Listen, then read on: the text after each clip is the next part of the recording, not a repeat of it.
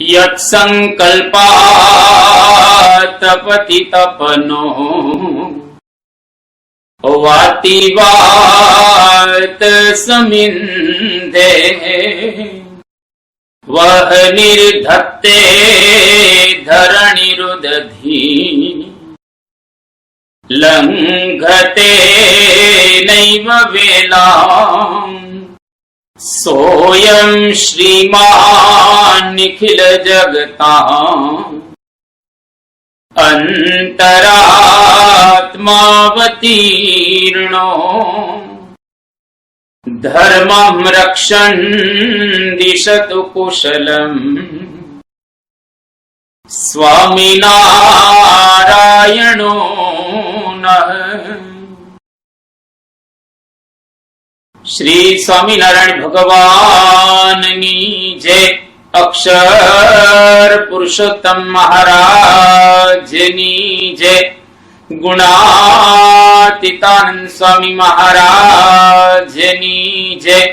भगत जी महाराज की जय। शास्त्री जी महाराज की जय। योगी जी महाराज की जय। प्रमुख स्वामी महाराज की जय। महंत स्वामी महाराज की जय। प्रमुख स्वामी महाराज शताब्दी महोत्सव की जय।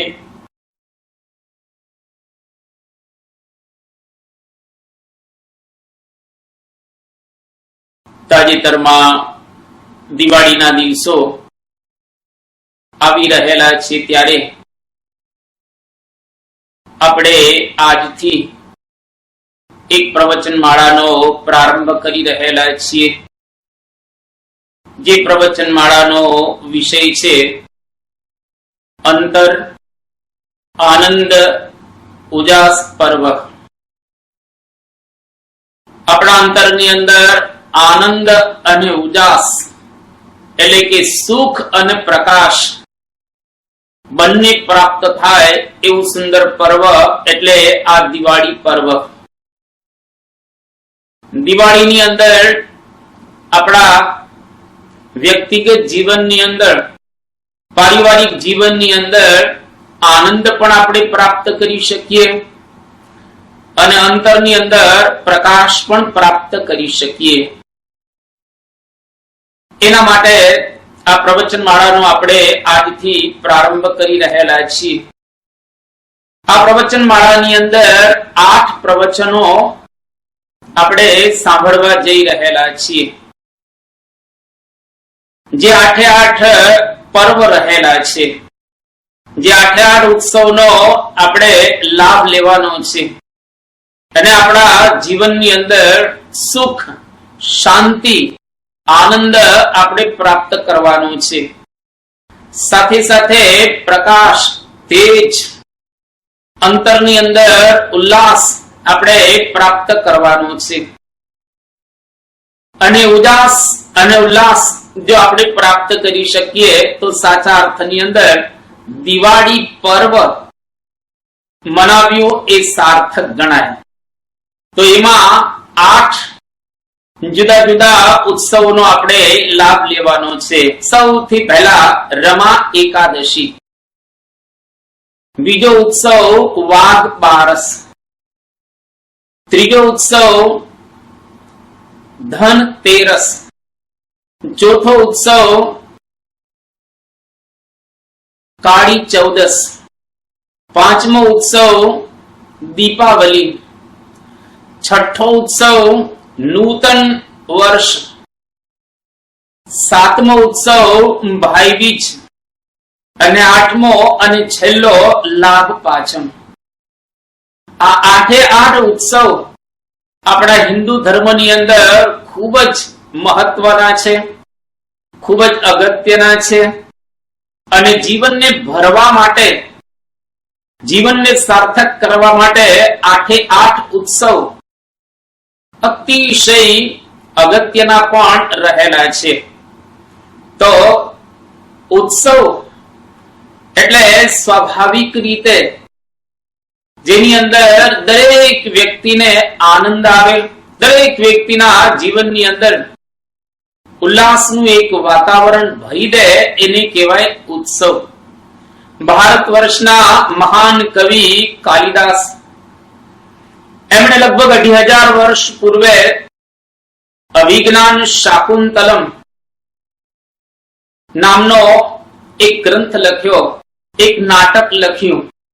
એની અંદર કવિ કાલિદાસ કહે છે કે ઉત્સવ પ્રિયા ખલુ માનવાહ, માણસ માત્ર ઉત્સવ પ્રિય છે, એનો ઉત્સવ ખૂબ ગમે.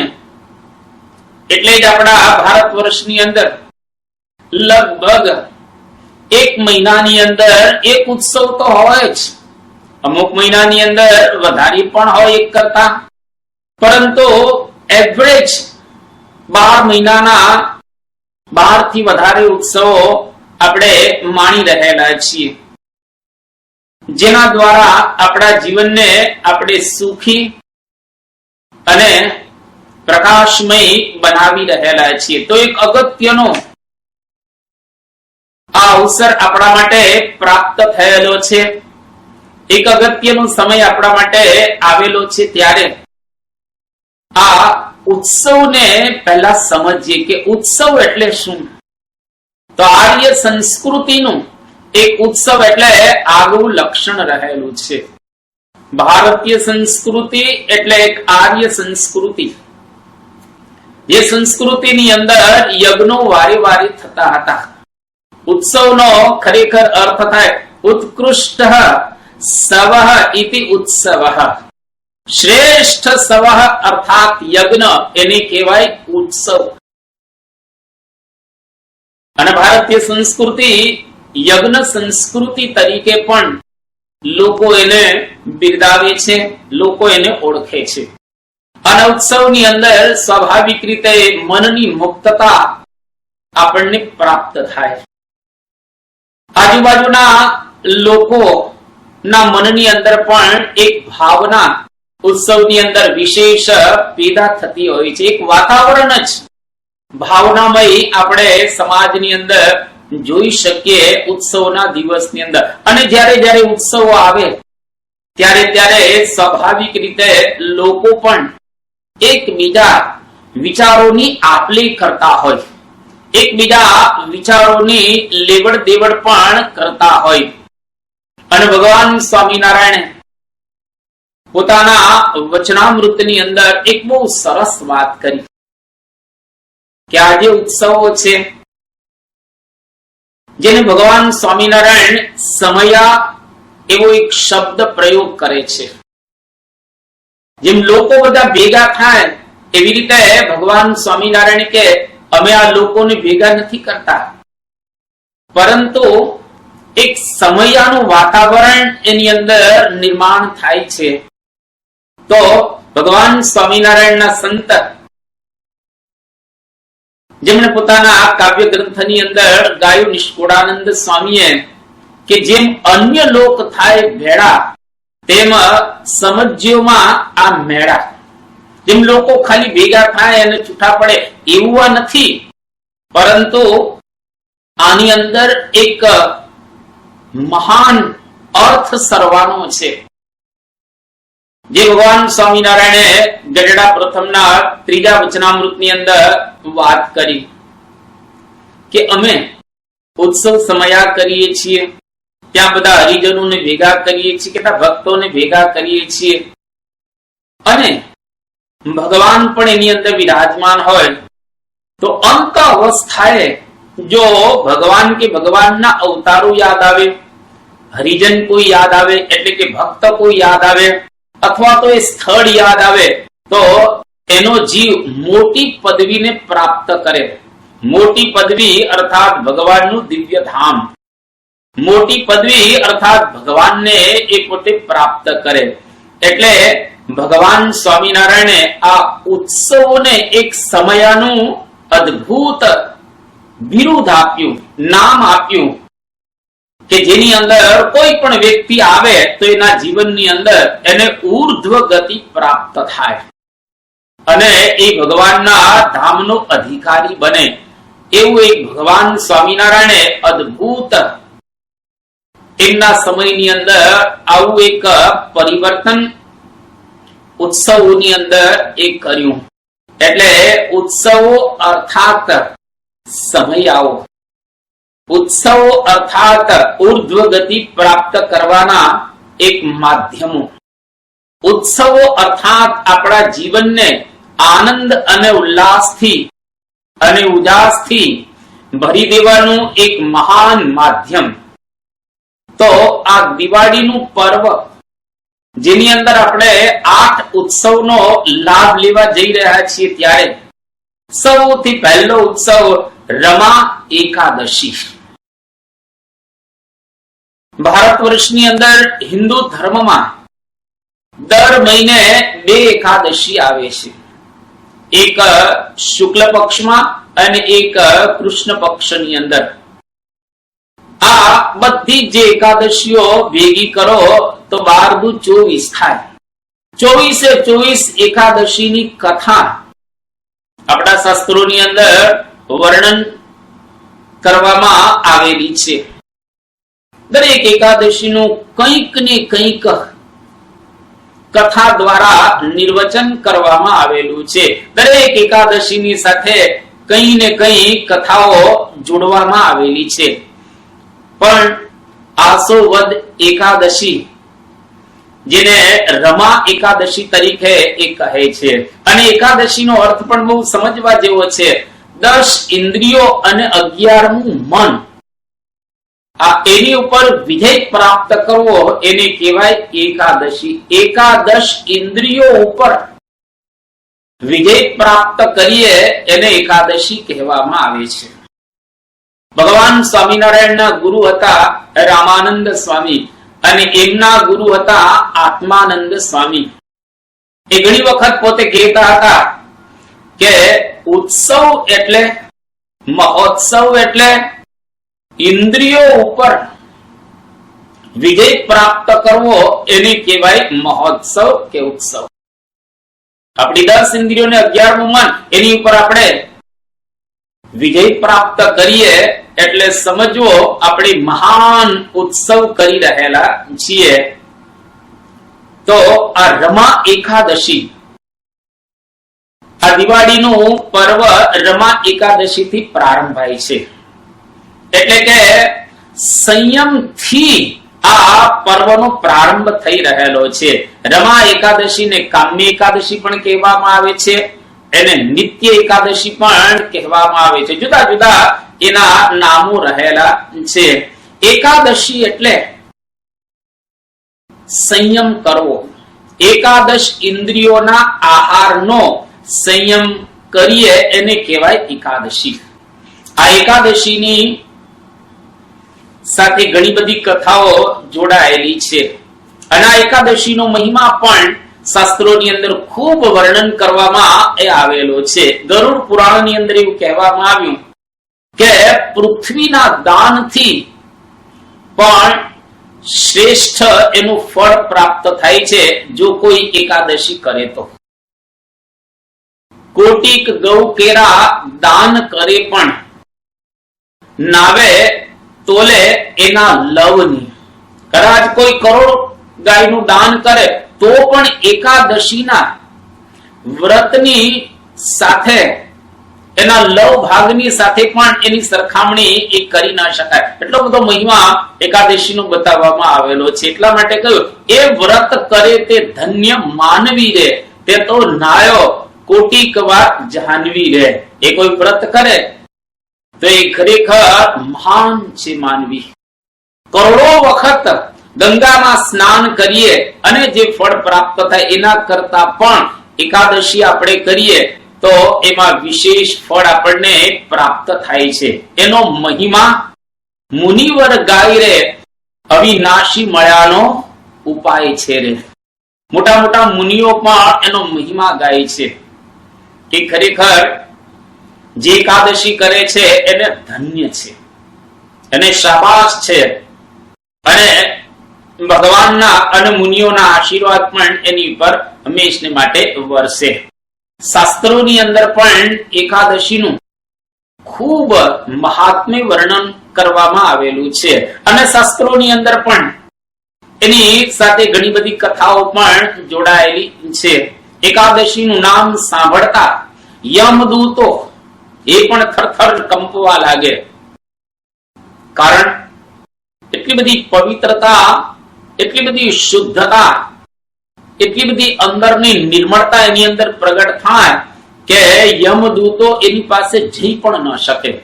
કરોડ યજ્ઞનું કોઈ આયોજન કરે ને કરોડ યજ્ઞ કરે તો પણ એકાદશી તુલ્ય એને ફળ પ્રાપ્ત ન થાય. અરે આપણા શાસ્ત્રોમાં તો ત્યાં સુધી કહેવામાં આવ્યું કે 1000 કોઈ અશ્વમેધ યજ્ઞ કરે અને 100 રાજસૂય યજ્ઞ કરે તો પણ એકાદશીના 16મા ભાગના અંશની બરોબર પણ એ ન થાય. હવે અશ્વમેધ યજ્ઞ અથવા તો રાજસૂય યજ્ઞ આ શાના માટે કરવામાં આવે છે? તો કે રાજ્યની પ્રાપ્તિ થાય એના માટે. 1000 અશ્વમેધ અને 100 રાજસૂય યજ્ઞ કરવા બહુ અઘરા છે. કદાચ કોઈ કરે તો પણ એકાદશીની તુલ્ય ન થાય. કારણ કે આ બધા યજ્ઞો દ્વારા એને રાજ્યની પ્રાપ્તિ થાય. હવે રાજ્યની પ્રાપ્તિ થઈ ગયા પછી અમુક વર્ષો પછી રાજ્ય પાછું પણ કદાચ જતું રહે કે હંમેશને માટે રાજ્ય ન પણ રહે, પરંતુ એકાદશી નું જો વ્રત એને કરેલું હોય અને સંયમ પ્રાપ્ત કરેલો હોય તો અનંત કાળ સુધી લોકો એને નમતા રહે. કારણ કે એનું મન વશ થઈ જાય. અને આમે શાસ્ત્રોની અંદર કહેવામાં આવેલું છે, શંકરાચાર્ય પણ કહેલું છે, જીતમ જગત કેના મનોહી એના. જેણે ખરેખર મન જીતેલું છે એને જગત જીતેલું છે. Empires of the future are empires of the mind. Empires of the future, ભવિષ્યના સામ્રાજ્યો એ મનના સામ્રાજ્યો રહેશે. કારણ કે મન જો તમે વશ કરી લીધેલું હોય તો એના દ્વારા કોઈ વસ્તુ બાકી નહીં. મોટા મોટા સમ્રાટો પણ એના ચરણની અંદર પડતા હોય છે. મોટા મોટા રાજાઓ મહારાજાઓ પણ એના ચરણને પખાડતા હોય છે. એટલા માટે કહ્યું કે ભવિષ્યના સામ્રાજ્યો, empires of the future are empires of the mind. એટલે કે ભવિષ્યના સામ્રાજ્યો મનના સામ્રાજ્યો હશે. કારણ કે એને મન વશ કરેલું છે. એટલે જો મન વશ કરેલું હોય તો બધા જ તમારા શરણની અંદર પડશે. એકાદશી એટલે 10 ઇન્દ્રિયો અને 11મું મન એને વશ કરવું. તે મનનો વિજય એ મહાન વિજય છે. ઇન્દ્રિયોનો વિજય એ મહાન વિજય રહેલો છે. સંયમથી આપણે મનને જીતી શકીએ. સંયમથી આપણે મન ઉપર કાબુ પ્રાપ્ત કરી શકીએ. આ એકાદશીની કથા, એની ઉત્પત્તિની કથા જુદા જુદા શાસ્ત્રોની અંદર જુદી જુદી રીતે ગોઠવાયેલી છે. એનું વર્ણન કરવામાં આવેલું છે. પરંતુ આ રમા એકાદશી, અન્ય એકાદશીઓ, એની કથા પદ્મ પુરાણની અંદર પણ આવે છે. પદ્મ પુરાણની અંદર એવી કથા રહેલી છે જે વાત ભગવાન સ્વામિનારાયણે ગઢડા મધ્યના 8મા વચનામૃતની અંદર બતાવેલી છે. તો બ્રહ્મ વૈવર્ત પુરાણ અને પદ્મ પુરાણ આ બે પુરાણ છે. એમાં મધ્યનું 8મું જે વચનામૃત છે એની અંદર જે કથા છે એ બ્રહ્મ વૈવર્ત પુરાણની કથા ભગવાન સ્વામિનારાયણ કહે છે કે એક ચંદ્રાવતી નામની નગરી હતી. એમાં રાક્ષસ તો નાડી જંઘ, એનો દીકરો મૂળ દાનવ, એને બ્રહ્માજીને પ્રસન્ન કરવા માટે એમણે તપશ્ચર્યા કરી.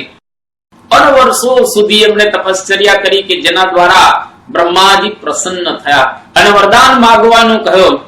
ત્યારે નાડી જંઘના દીકરા મૂળ દાનવે બ્રહ્માજીની પાસે વરદાન માંગ્યો કે માતા પિતાથી જે કોઈ ઉત્પન્ન થયેલા હોય એનાથી હું કોઈ દિવસ મરું નહીં. આવું એને વરદાન માગી લીધું અને બ્રહ્માએ કહ્યું તથાસ્તુ. હવે સ્વાભાવિક રીતે કોઈ પણ ની ઉત્પત્તિ થાય તો માતા પિતાથી જ ઉત્પત્તિ થવાની, અન્ય કઈ રીતે એની ઉત્પત્તિ થાય? તો માતા પિતાથી જેટલા કઈ ઉત્પન્ન થયેલા હોય એનાથી તો કોઈ દિવસ મરવાનો નથી. એટલે બધાને એને હરાવી દીધા અને ભગવાનની સાથે યુદ્ધ કરવા માટે જાય છે.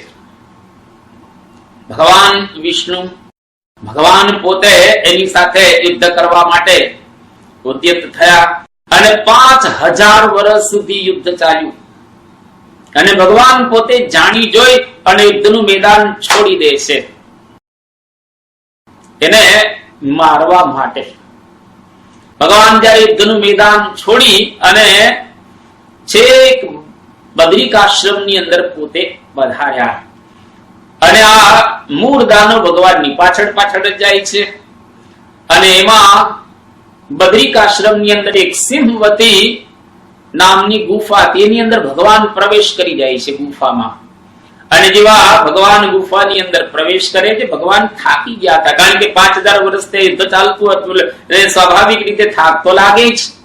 એટલે ભગવાન પોતાની 10 ઇન્દ્રિયો અને 11મું મન એને અંતર સન્મુખ કરી અને શાંતિથી ગુફામાં સૂઈ ગયા. પેલો મૂળ દાનવ ભગવાનને શોધતો શોધતો એ ગુફાની અંદર એ પ્રવેશ કરે છે અને એ વખતે ભગવાન સૂતેલા હતા. એટલે ભગવાનના 10 ઇન્દ્રિયો અને 11મા મનમાંથી એક તેજ ઉત્પન્ન થયો અને તેજમાંથી એક રૂપના અંબાર, એક કન્યા ઉત્પન્ન થયા. ભગવાનના તેજમાંથી ઉત્પન્ન થયેલા હતા અને એટલા બધા સ્વરૂપવાન હતા કે જેની અંદર આ મૂળ દાનવ લોભાઈ જાય છે અને એની પાસે જઈ અને મૂળ દાનવ પેલી કન્યાને કહે છે કે તું મારી સાથે લગ્ન કર. પેલી કન્યા મૂળ દાનવને કહે છે હું લગ્ન એક શરતે તારી સાથે કરું, જો તું મને યુદ્ધની અંદર હરાવી દે, મારી સાથે તો યુદ્ધ કર, જો તું મને હરાવી દે તો હું તારી સાથે યુદ્ધ કરું. પેલો મૂળ દાનવ મોહમાં આસક્ત થયેલો હતો. મોહના અંધ કિન કેહી કેહી, મોહ તો દરેકને અંધ સ્વાભાવિક રીતે કરી દે અને ખ્યાલ નથી આવતો કે યુદ્ધ થશે તો બેમાંથી એક તો મરવાના જ છે, તો કોની સાથે પછી પરણવાનું? એટલે મોહ એને અંધ બનાવી દે છે અને યુદ્ધનો પ્રારંભ થાય છે. પેલી કન્યા તો ભગવાનના તેજમાંથી ઉત્પન્ન થયેલી હતી એટલે સ્વાભાવિક રીતે ભગવાનની શક્તિ કહેવાય. શક્તિ ને શક્તિમાન એ કઈ જુદા રહેલા નથી. તો ભગવાનની શક્તિ આ મૂળ દાનવનું મસ્તક ઉડાડી દે છે, એને મારી નાખે છે અને મૂળ દાનવ મરી ગયો. એ વખતે ભગવાન પોતે જાગૃત થયા યોગ નિદ્રામાંથી અને જેવા ભગવાન યોગ નિદ્રામાંથી જાગૃત થયા એટલે સામે પેલી કન્યા જોઈ. ભગવાન તો જાણતા હતા કે મારા 11 ઇન્દ્રિયોના તેજમાંથી આ કન્યા ઉત્પન્ન થયેલી છે. ભગવાન એમની પર પ્રસન્ન થયા કારણ કે મૂળ દાનવને એમને મારી નાખ્યો. ભગવાનનું કામ પેલી શક્તિએ કર્યું એટલે શક્તિ પર ભગવાન પ્રસન્ન થયા અને શક્તિને કહે છે કે માગ માગ, તારે જે કંઈ જોઈએ એ તું માગી લે. ત્યારે આ શક્તિ ભગવાનને કહે છે કે હું તમારા 11 ઇન્દ્રિયોના તેજમાંથી ઉત્પન્ન થયેલી છું એટલે મારું નામ એકાદશી અને હું તપસ્વીની છું એટલે મારા વ્રતના દિવસે કોઈ અન્નનો આહાર ન કરે એ મને તમે વરદાન આપો.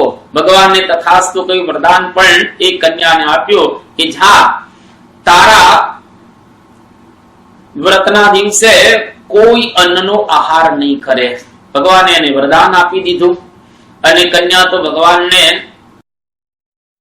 ભગવાનની પાસેથી વરદાન પ્રાપ્ત કરી અને અદૃશ્ય થઈ જાય છે. ત્યારથી આ જગતની અંદર બધા એકાદશીનો વ્રત કરતા થયેલા છે અને જે એકાદશીનું વ્રત કરે એની પર ભગવાનની ખૂબ પ્રસન્નતા એ થાય છે. આ એક કથા બ્રહ્મવૈવર્ત પુરાણની અંદર બતાવવામાં આવી, પરંતુ એનો મર્મ બહુ અગત્યનો છે કે ભગવાનની શક્તિ સમજાય તો સંયમ આપણે રાખી શકીએ, કારણ કે ભગવાનના તેજમાંથી ઉત્પન્ન થયેલી હતી. એટલે આ એકાદશી એટલે ભગવાનના તેજમાંથી ઉત્પન્ન થયેલી એક શક્તિ. એકાદશીનું વ્રત એટલે ભગવાનના 10 ઇન્દ્રિયોના તેજમાંથી ઉત્પન્ન થયેલું એક વ્રત રહેલું છે. એટલે ભગવાનની આ શક્તિ છે. ભગવાનની શક્તિને પ્રાપ્ત કરવા માટે સંયમ રાખવો પડે. બીજું, ભગવાનને જો પ્રસન્ન કરવા હોય તો પણ આપણે આ એકાદશીનું વ્રત કરીએ, સંયમ રાખીએ, તો એના દ્વારા ભગવાન આપણી ઉપર પ્રસન્ન થાય, ભગવાન આપણી ઉપર રાજી થાય. અને એક વખત ભગવાનની પ્રસન્નતા થાય તો આપણે લક્ષ્યને પ્રાપ્ત કરી શકીએ. અને કોઈ પણ લક્ષ્યને જો આપણે પ્રાપ્ત કરવું હોય, ધ્યેયને હાંસલ કરવું હોય, સિદ્ધ કરવું હોય, તો એના દ્વારા સંયમ રાખવો પડે. જો સંયમ રાખીએ તો જ આપણે લક્ષ્યને પ્રાપ્ત કરી શકીએ. મનુષ્ય જન્મનું પરમ અને ચરમ લક્ષ્ય છે ભગવાનને મેળવવા તે. અરે આ લોકની અંદર પણ તમે જુઓ ને, સારા સારા રમતવીરો, સારા સારા કલાકારો, સારા સારા સંગીતકારો, આ બધાના જીવનમાં તમને સંયમ જોવા મળશે. કારણ કે એમને પોતાનું લક્ષ્ય પ્રાપ્ત કરવું છે, લક્ષ્ય સિદ્ધ કરવું છે. એટલે સંયમ વિના કોઈ દિવસ લક્ષ્યને સિદ્ધ ન કરી શકાય. આ એનો મર્મ રહેલો છે.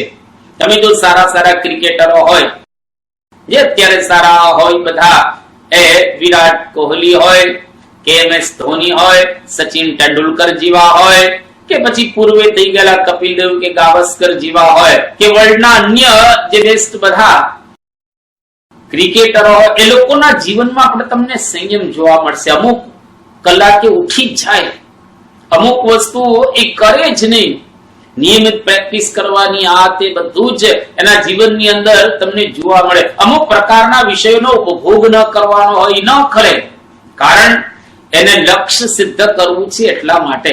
અમુક તમે કલાકારો જો, એ આજના ભાષામાં જેને આપણે એક્ટર્સ કહીએ, એ કલાકારોના જીવનમાં પણ તમને જોવા મળશે કે એને પોતાની કલા અદા કરવી છે, તેના માટે અમુક પ્રકારના સંયમો એ લોકો રાખતા હોય છે. આજે તમે જો સારા સારા સંગીતકારો, એ લોકો પણ અમુક પ્રકારનો સંયમ રાખતા હોય છે કે જેના દ્વારા એ પોતાની કલાને નિખારી શકે, એ કલાને વિકસાવી શકે, એ કલાને વિશેષ ને વિશેષ આગળ વધારી શકે. એટલા માટે સંયમ ખૂબ જરૂરનો રહેલો છે. અને જેના જીવનની અંદર સંયમ હોય, એના જીવનની અંદર એ વસ્તુને પ્રાપ્ત કરી શકે. આજે તમે જુઓ, સમાજની અંદર ઘણા બધા મોટિવેશનલ સ્પીકર્સ રહેલા છે, જે લોકો સમાજને મોટિવેટ કરી રહેલા છે કે તમે આવું કરો તો આટલા પૈસા કમાઈ શકો, આવું કરો તો આ પ્રકારની કલાઓ પ્રાપ્ત કરી શકો, આમ કરો તો તમે આમ થઈ શકે. એટલી બધી વાતો આમ કરતા હોય છે આ મોટિવેશનલ સ્પીકર્સ બધા કે ન પૂછો વાત. જેના દ્વારા સમાજની અંદર લોકો એ સાંભળી અને ઘણી વખત ટેવાઈ જતા હોય છે કે તમે ફલાણા વ્યક્તિએ આ પ્રકારે કર્યું ને તમે જો એ પ્રમાણે કરશો તો તમે પણ કરોડોપતિ ને અબજોપતિ ને આમ થઈ શકશો. ફલાણા વ્યક્તિએ આટલું જીવનની અંદર મેળવ્યું, તમે પણ જો આમ કરો તો તમારા જીવનની અંદર પણ તમે આ વસ્તુ પ્રાપ્ત કરી શકો. આવી ઘણી વાતો પોતાના પ્રવચનની અંદર કરતા હોય છે. આજે આપણે ઘણા બધા એવા સ્પીકર્સ જોઈ રહેલા છીએ, પણ એ બધાની અંદર મૂળ છે સંયમ. જો સંયમ તમે રાખો તો એના દ્વારા તમે તમારા વ્યવસાયની અંદર, તમે તમારા જીવનની અંદર, તમે તમારા કોઈ પણ કાર્યની અંદર વિશેષ પ્રગતિ કરી શકો. જ્યારે આપણે તો મનુષ્ય છીએ અને આપણા મનુષ્ય જન્મનું ફળ કઈ સારા પૈસા કમાવા એ નથી. પૈસા ચોક્કસ કમાવાના, સારી કલા અદા કરવી એ મનુષ્ય જીવનનું ફળ નથી, અને સારા સંગીતકાર થવું એ પણ મનુષ્ય જીવનનું ફળ નથી. એવા તો હજારો સંગીતકાર હોય છે, હજારો કલાકાર હોય છે, હજારો પૈસાદાર પણ હોય છે. આજે ફોર્ચ્યુન 500 કંપની તમને જોવા મળતી છે. ફોર્ચ્યુન મેગેઝિન ની અંદર 500 કંપની જેની પાસે કરોડોના અબજો રૂપિયા છે, અને આ દુનિયામાં પૈસાદારો ઘણા બધા થઈ ગયા. અત્યારે પણ છે ને, ભવિષ્યમાં પણ પૈસાદાર થવાના ઘણા બધા. કેટલાય કલાકારો પણ સમાજની અંદર રહેલા છે, પરંતુ એ બધું જીવનનું ધ્યેય નથી. જીવનનું પરમ ને ચરમ લક્ષ્ય રહેલું છે ભગવાનને મેળવવા. તે કદાચ પૈસા મળે તો સારું છે, ખરાબ નથી. કોઈ તમારી અંદર કલા હોય તો સારું છે, ખરાબ નથી. કદાચ તમારી પાસે કોઈ પદ પ્રતિષ્ઠા હોય તો સારું છે, ખરાબ નથી. પરંતુ ચોક્કસ યાદ રાખવું, એ જીવનનું ધ્યેય નથી. જીવનનું ધ્યેય તો મુંડક ઉપનિષદ ની અંદર બતાવવામાં આવ્યું. પ્રણવો ધનુઃ શરો શરો હ્યાત્મા બ્રહ્મ તલક્ષ્યમ ઉચ્યતે. એટલે કે ધનુષ્ય ની જગ્યાએ પ્રણવ છે, ઓમકાર. આપણો આત્મા છે એ બાણની જગ્યાએ રહેલો છે અને તીરની જગ્યાએ રહેલો છે, અને આપણું લક્ષ્ય શું છે? બ્રહ્મ તલક્ષ્યમ ઉચ્યતે. ભગવાનને મેળવવા, બ્રહ્મને મેળવવા એ જીવનનું પરમ લક્ષ્ય છે. રામકૃષ્ણ પરમહંસ પણ ઘણી વખત વાત કરતા હતા, the goal of human life is to realize God. ભગવાનને જાણવા એ મનુષ્ય જીવનનું લક્ષ્ય રહેલું છે. તો લિંગ પુરાણની અંદર ભગવાન વેદવ્યાસ કહે છે, ધ્યેયો નારાયણો હરિ. ભગવાન નારાયણને પ્રાપ્ત કરવા એ આપણા મનુષ્ય જીવનનું લક્ષ્ય રહેલું છે. દુનિયામાં આના સિવાય મનુષ્ય જીવનનું બીજું કોઈ લક્ષ્ય રહેલું નથી. બાકી બધું જ અંતે આલોકની અંદર છૂટી જાય છે. પરંતુ ખરેખર જો ભગવાનને મેળવવા હોય તો એની અંદર સંયમ અતિશય જરૂર રહેલો છે. સંયમ રાખો. દુનિયામાં કદાચ બધું જ આપણે પ્રાપ્ત કરી શકાય, સરળ છે, એમાં કોઈ અઘરું નથી. તમે થોડી મહેનત કરો, થોડો પુરુષાર્થ કરો અને ભાગ્ય તમને સાથ આપે તો ઘણું બધું મેળવી શકાય. પદ મેળવી શકાય, પ્રતિષ્ઠા મેળવી શકાય, બીજું ત્રીજું મેળવી શકાય. પણ ભગવાનને મેળવવા એ ખૂબ અઘરા રહેલા છે. મોટા મોટા લોકો સંયમ નથી રાખી શક્યા. આજે પૈસા હોય, એની પાસે કલા હોય, એની પાસે સંગીત હોય, પરંતુ ઘણા સુરાની અંદર, ઘણા સુંદરીની અંદર અને ઘણા સંસારની અંદર આસક્ત થયેલા આપણને દેખાય છે, જેના દ્વારા એ લોકોનું જીવન બરબાદ થઈ ગયેલું પણ આપણે જોઈ રહેલા છીએ. એટલે સંસારની અંદર બધું મેળવ્યા પછી પણ અંતે મેળવવાનું બાકી રહે છે, અને તે છે ભગવાન.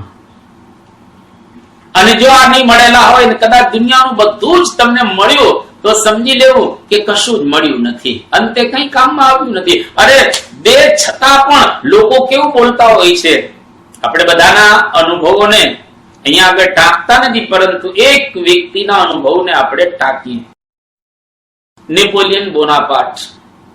એ નેપોલિયન બોનાપાર્ટ એવું બોલ્યા કે I have enough wealth to buy any comfort. I could have the world at my feet, yet I have not seen 6 happy days in my life. I have enough wealth to buy any comfort. मैं દુનિયાની કોઈ પણ comfort સગવડ મેળવી શકું એટલા મારી પાસે પૈસા રહેલા છે, અને હું મારા પગના તળિયે દુનિયા દબાવી શક્યો. લગભગ 40 જેટલા વિજયોને પ્રાપ્ત કરેલા હતા. 7 લાખ કિલોમીટર ચોરસ કિલોમીટરનો પ્રદેશ નેપોલિયન બોનાપાર્ટે જીતી લીધેલો હતો. તો પણ એ શું બોલે છે? I have not seen 6 happy days in my life. મેં મારી જિંદગીની અંદર 6 દિવસ સુખના જોયા નથી. આપણને લાગે કે સુખી છે, પણ અંદરથી દુખી હતો. અને બીજી બાજુ જે લોકો ભક્ત હોય આપણને લાગે કે દુઃખી છે, પણ સાચા અર્થમાં એ લોકો સુખી હતા. એટલે દુનિયા જેને સુખી જાણે છે એ સુખી નથી, અને દુનિયા જેને દુઃખી જાણે છે એ દુઃખી નથી. સુખ અને દુઃખ એ તો વ્યક્તિગત અનુભવ, એને આધારે આપણે મૂલવી શકતા હોઈએ છીએ. એટલા માટે દુનિયાની અંદર બધું મળે, પણ આપણું લક્ષ્ય જે ભગવાનને મેળવવા તે, અને સંયમ દ્વારા આપણે સરળતાથી એને મેળવી શકીશું. આપણે આ એકાદશી કરીએ છીએ એટલે સંયમ છે, 10 ઇન્દ્રિયોને 11માં મન ઉપર, અને સંયમ દ્વારા સરળ રીતે આપણા લક્ષ્ય સુધી આપણે પહોંચી શકીએ છીએ.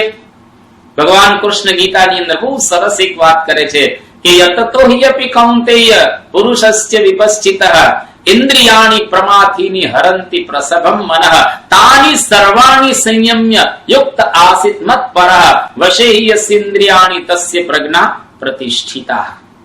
આ બહુ સુંદર શ્લોક કૃષ્ણ ભગવાન સમજાવી રહેલા છે કે અર્જુન, યતતો હિયપી કૌંતેય, કોઈ પણ વ્યક્તિ પ્રયત્ન કરે તો ઇન્દ્રિયો એની એવી રહેલી છે કે પરાણે મનને ખેંચી અને વિષય તરફ લઈ જાય. આ ઇન્દ્રિયોનો સ્વભાવ રહેલો છે. એટલા માટે ધીરે ધીરે ઇન્દ્રિયોને સમજવાની 5 જ્ઞાનેન્દ્રિય અને 5 કર્મેન્દ્રિય. વાક પાણી પાદ પાયુને ઉપસ્થ, આ 5 જ્ઞાનેન્દ્રિય છે, અને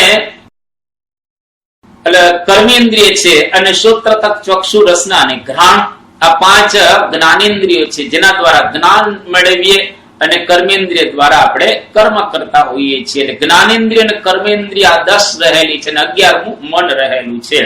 આ ઇન્દ્રિયોને કરવાનું શું? તો કે 10 ઇન્દ્રિયોને અને 11માં મનને બ્રહ્મની અંદર આપણે હોમી દેવાના.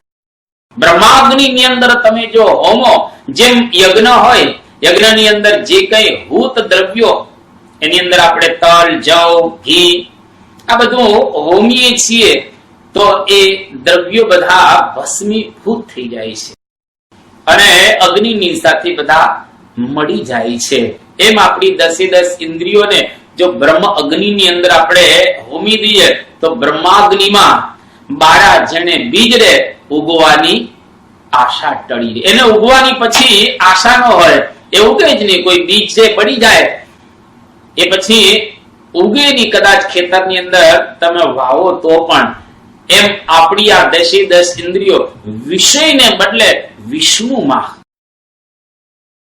એને પરોવી દેવી, વિષ્ણુ પરાયણ થઈ જવું, કેતા ભગવાન પરાયણ થઈ જવું. પૈસાને બદલે પરમેશ્વર પરાયણ થવું, સુરાને બદલે એ શિવને પ્રધાન જીવનની અંદર રાખીએ, અને સંસારને બદલે સ્વામીને રાખીએ, સંસારને બદલે સંતને રાખીએ, સંસારને બદલે સ્વામિનારાયણ ભગવાનને પ્રધાન રાખીએ, તો ખરેખર જીવનની અંદર આપણે આગળ વધી શકીએ અને કંઈક પ્રાપ્ત કરી શકીએ.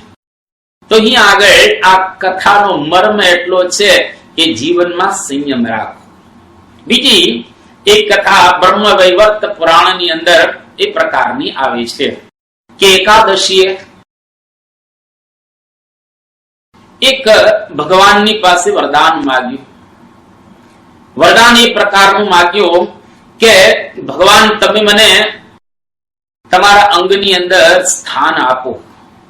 ભગવાન આ એકાદશીને કહે છે કે ભાઈ હું તને મારા અંગમાં સ્થાન કઈ રીતે આપી શકું, કારણ કે મારા હૃદયની અંદર તો લક્ષ્મીજી રહેલા છે, મારા હાથની અંદર તો આયુધ રહેલા છે, અને મારા અંગની અંદર ભગવાન કે બધી જગ્યાએ છે. આ તો હું તને સ્થાન ક્યાંથી આપું? મારા પગની અંદર તુલસી રહેલી છે અને નીચે ગરુડજી છે. હવે તારું સ્થાન ક્યાં હું તને આપું? ત્યારે ભગવાનને બહુ જયારે એકાદશી આગ્રહ કર્યો ત્યારે ભગવાન એને આંખની અંદર સ્થાન આપે છે. આંખની અંદર સ્થાન આપ્યું, અર્થાત આંખની અંદર જાગૃતિ. આ જાગૃતિની નિશાની રહેલી છે કે એક ચિંતક બહુ સરસ વાત કરે છે આની અંદર, ન ભોગો ન ત્યાગો વરણ જાગો. આધ્યાત્મિક માર્ગની અંદર ભોગ એ તમને મારી દેશે, ત્યાગ જો સમજ્યા વિના કર્યો હશે તો પણ મારી દેશે. એટલા માટે જાગૃતિ ખૂબ અગત્યની છે. ત્યાગમાંય જાગૃતિ રાખો અને ભોગમાંય જાગૃતિ રાખો. બેયમાં જો જાગૃતિ હશે તો ત્યાગ પણ શોભી ઉઠશે અને ભોગ પણ કેતા ભોગની અંદર તમે વ્યસ્ત હશો તો પણ શોભી ઉઠશે. એટલે જાગૃતિ ખૂબ અગત્યની છે. એટલા માટે આપણા શાસ્ત્રો કહે છે કે ઉત્તિષ્ઠત જાગ્રત પ્રાપ્ય વરાન નિબોધત. ઉઠો, જાગો.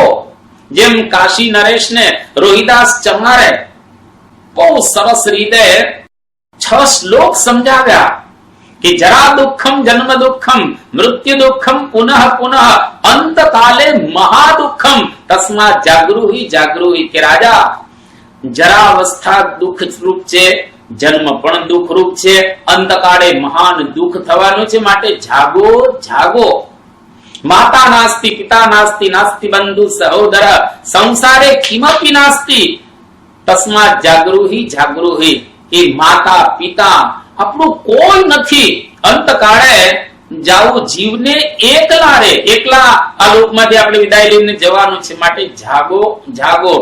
માતા પિતા ચ પુત્રશ્ચ સ્ત્રી સહોદર બાંધવા સ્વાર્થ સંબંધીન સર્વે તસ્માત જાગૃહી જાગૃહી. રાજા, માતા પિતા ભાઈ ભગીની બેન વગેરે બધા જ સ્વાર્થના સગા છે, પરમાર્થના સગા કોઈ નથી, માટે જાગો.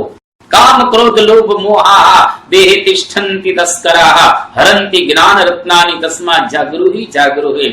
કે રાજા, અંદર કામ ક્રોધાદિક ચોર છે, આપણું જ્ઞાન હરી લે છે, માટે જાગો જાગો. અને આગળ કહે છે કે આશાયામ બધ્યતે લોકઃ કર્મણા પરિબધ્યતે ક્ષીણમ આયુર્ન જાનાતિ તસ્માત જાગૃહી જાગૃહી. કે આશાની અંદર માણસ બંધાયેલો છે, કોઈની આશા ક્યારેય પૂરી થયેલી નથી. આ દુનિયામાં કેટલાય આવ્યા અને કેટલાય ગયા, કેટલાય છે ભવિષ્યની અંદર કેટલાય આવવાનું, કોઈની આશા આ દુનિયામાં પૂરી થયેલી નથી. માટે જાગો જાગો. શયનાત શતધા દુઃખમ જાગૃતિ સુખકારિકા તેનૈવ સંસ્કૃતિ પ્રાપ્તા તસ્માત જાગૃહી જાગૃહી. કે રાજા, જો સૂતા રહેશો તો સેંકડો પ્રકારે તમને દુઃખ પ્રાપ્ત થશે, અને જાગશો તો એના દ્વારા સેંકડો પ્રકારે તમને આનંદ પ્રાપ્ત થશે. માટે જીવનની અંદર જાગો જાગો. અને ખરેખર આ કાશીના રાજા જાગી ગયા, અને જે જાગે એને જ વસ્તુ મળે સ્વાભાવિક રીતે. ઉઠ જાગ મુસાફિર ભોર ભયો અબ રૈન કહા જો સોવત હૈ, જો સોવત હૈ સો ખોવત હૈ, જો જાગત હૈ સો પાવત હૈ. ખરેખર જે જાગે એને જ આની અંદર એ મળતું હોય છે. જો જાગે નહીં તો એને મળે નહીં. એટલે પ્રતિપલ એક એક ક્ષણ આપણા જીવનની અંદર આપણે જાગતા રહીએ, વ્યક્તિગત પણ જાગીએ અને પરિવારની અંદર અન્ય સભ્યોને પણ આપણે જગાડતા રહીએ. તો અંતર આનંદ ઉલ્લાસ, અંતર આનંદ ઉજાસ, એનું આ પર્વ રહેલું છે. એ પર્વની અંદર આ રમા એકાદશી એટલે કે સંયમ અને જાગૃતિથી આ પર્વનો પ્રારંભ થાય છે. જીવનમાં સંયમ પણ ખૂબ અગત્યનો છે અને જીવનમાં જાગૃતિ પણ ખૂબ અગત્યની રહેલી છે. જો આ બંને આપણા જીવનની અંદર આપણે રાખીશું તો અંતરમાં આનંદ પણ પ્રાપ્ત કરી શકીશું અને ઉજાસ એટલે દિવાળીમાં જેમ દીવડા થાય એવી રીતે આપણા આત્માની અંદર રહેલો જે પ્રકાશ, એ પ્રકાશનો ચોક્કસ આપણે અનુભવ પણ એ કરી શકીશું. તો આજે આપણને આ જગાડવા માટે, આજે આપણને આનંદ આપવા માટે પરમ પૂજ્ય મહાન સ્વામી મહારાજ ઘણી વખત સંયમની વાતો કરી રહેલા છે અને ઘણી વખત આપણને જાગૃતિની પણ વાતો કરી રહેલા છે. એટલા માટે આવા મહાન સંતોના જીવનમાંથી પણ આપણને જોવા મળે કે એમને પોતાના જીવનની અંદર કેવો સંયમ કરેલો છે, એમને પોતાના જીવનની અંદર કેવી જાગૃતિ રાખેલી છે. તો આજે આ રમા એકાદશી જ્યાંથી આ પર્વનો પ્રારંભ થાય છે એને આપણે આ પહેલા પ્રવચનની અંદર પૂર્ણ કરીએ છીએ. આવતીકાલે વાઘ બારસ, નામ જ વાઘ બારસ રહેલું છે. વાઘ બારસ એટલે શું, એનો શું મહિમા રહેલો છે, અને વાઘ બારસની કથા, એ કથાની પાછળનું રહસ્ય, અને વાઘ બારસ સાચા અર્થની અંદર આપણે કઈ રીતે ઉજવી શકીએ, જેની વાતો આપણે આવતીકાલે પ્રાપ્ત કરીશું, આવતીકાલે સાંભળીશું. શ્રી સ્વામિનારાયણ ભગવાનની